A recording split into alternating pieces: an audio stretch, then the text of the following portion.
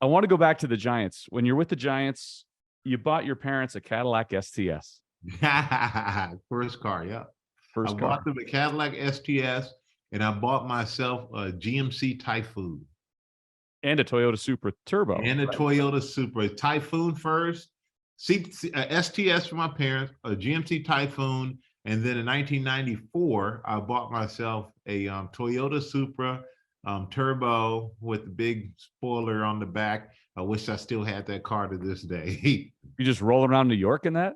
I would roll around New York in it every day. I mean, those two were my everyday cars. And now I look back at those and I go, wow, how lucky was I to have those two as my first car that I ever bought and my everyday cars, but they were fantastic. I've always been a car guy. Growing up with my brothers in Germany, and we're on the school bus, and we're in the car with my parents, and a nice car drives by, and we're like, "That's my car." No, I picked it first. Like we're arguing with each other. We bought every car magazine you could imagine. If it was in German, if it was in English.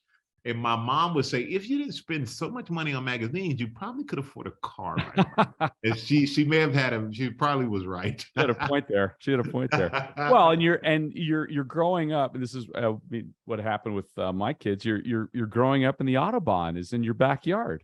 Thank I you. mean, you have the pinnacle of performance, and where cars are meant to be driven. I mean, not necessarily up on the Upper West Side, but I mean, from Mannheim to Munich.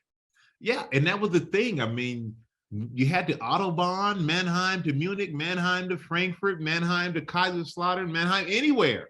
You get on those and you go. And I love that. But people think the Autobahn, I see driving here. I always felt like driving here is more dangerous.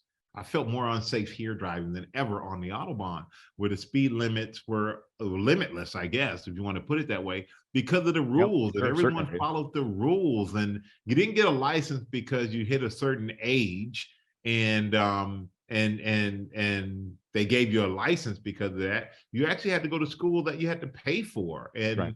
you had to drive a stick shift, and you had to parallel park, and you had to do all these real world things that it just wasn't easy. So when everyone got on the road there, everyone understood the rules and everyone obeyed the rules.